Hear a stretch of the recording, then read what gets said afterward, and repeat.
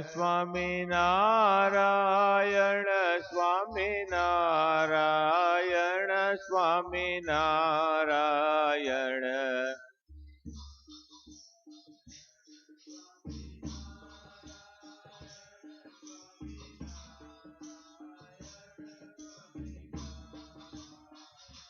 Swaminarayan Swaminarayan Swaminarayan Swaminarayan.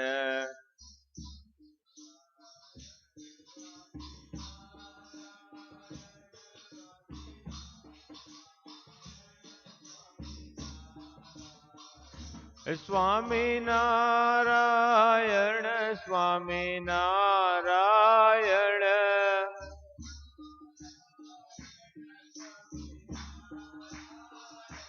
Swaminarayan Swaminarayan.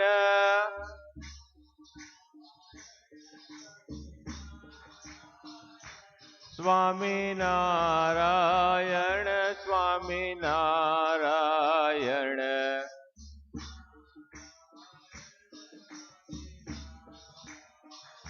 Swaminarayan Swaminarayan Swaminarayan Swaminarayan.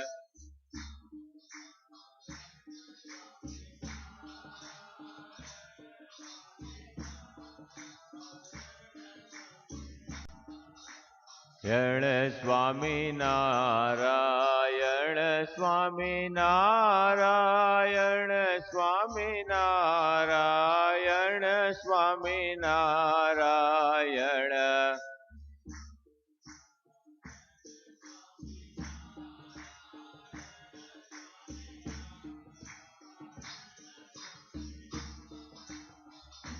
Swaminarayan Swaminarayan.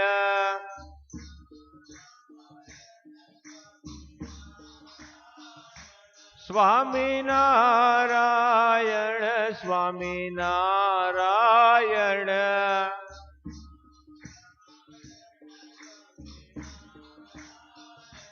Swaminarayan Swaminarayan.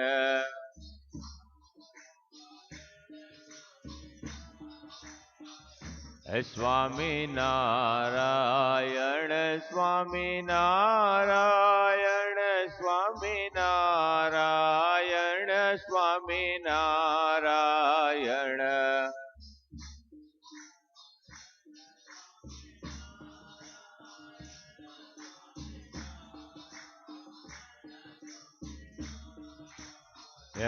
Swaminarayan Swaminarayan Swaminarayan Swaminarayan.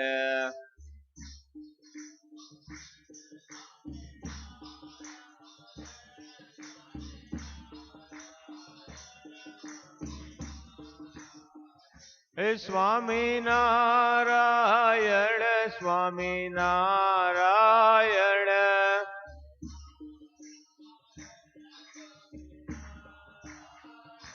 Swaminarayan Swaminarayan.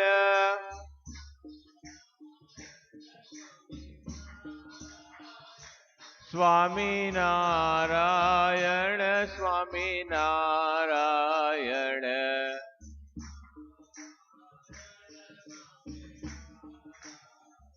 Swaminarayan Swaminarayan Swaminarayan Swaminarayan.